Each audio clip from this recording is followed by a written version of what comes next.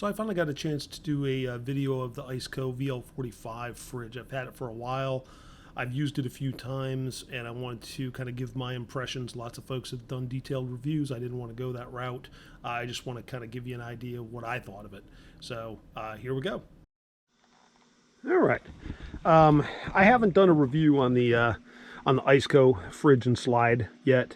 I'll be honest, I really hadn't had much time to use it.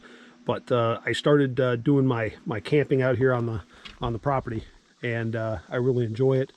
And I had the fridge, and I thought, you know, I really need to use this thing. And I'm really glad I did. So I've used it a couple of times now, and I think it's fantastic. I just unplugged it for a bit, let it cool down, let it come back a little higher temperature just so you could hear it. So that's what it sounds like when the compressor's on. It's set to 32 degrees.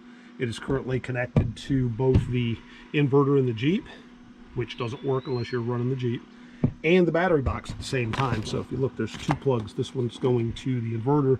This one's coming in and going to the 12 volt on my battery box. A feature I really like. So because the inverter shuts off when you turn the truck off, if I'm out and about and I have to leave the vehicle for a minute, it'll automatically come on as long as I have the battery box on. It'll automatically flip over to use the battery box instead of the inverter. When it's on the battery box, it goes into, if you look, min mode. So it does minimal compressor speed, which actually saves on your battery. But it seems to do a really good job of keeping the temperatures down. I've got it strapped to the slide.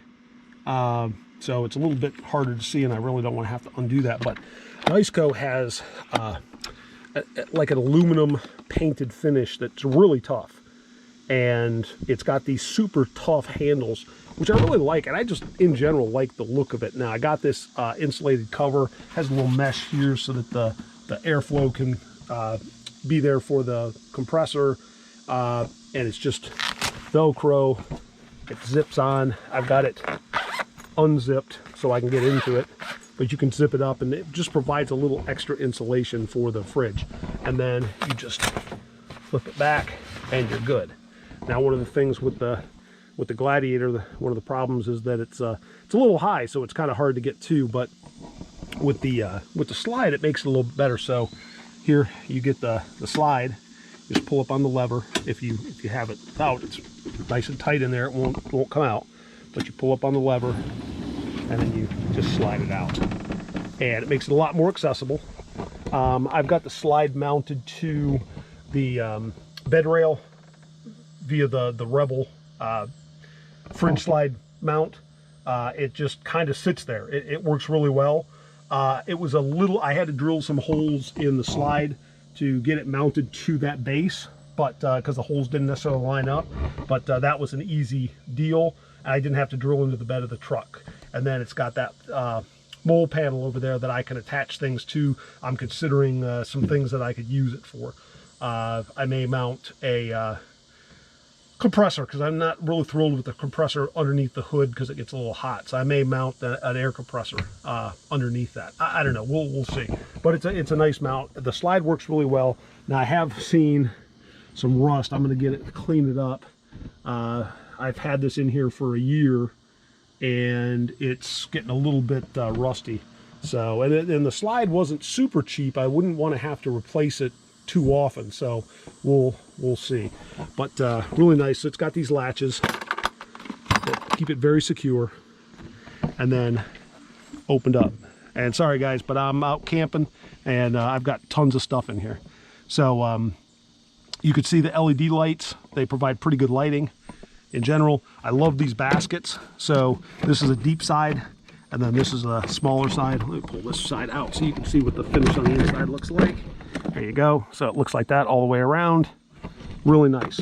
I take the baskets, I pull them out. I'll leave the fridge in the garage, and it'll be cold.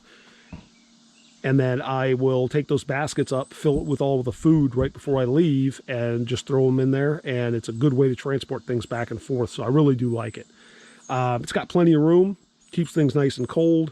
I don't have to deal with an ice chest with, you know, ice melting and sloshing water and everything in there soggy. I don't miss that at all.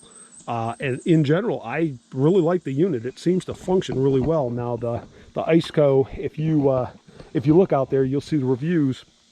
It's got a compressor with a 5-year warranty, which is rare for a fridge in this price point.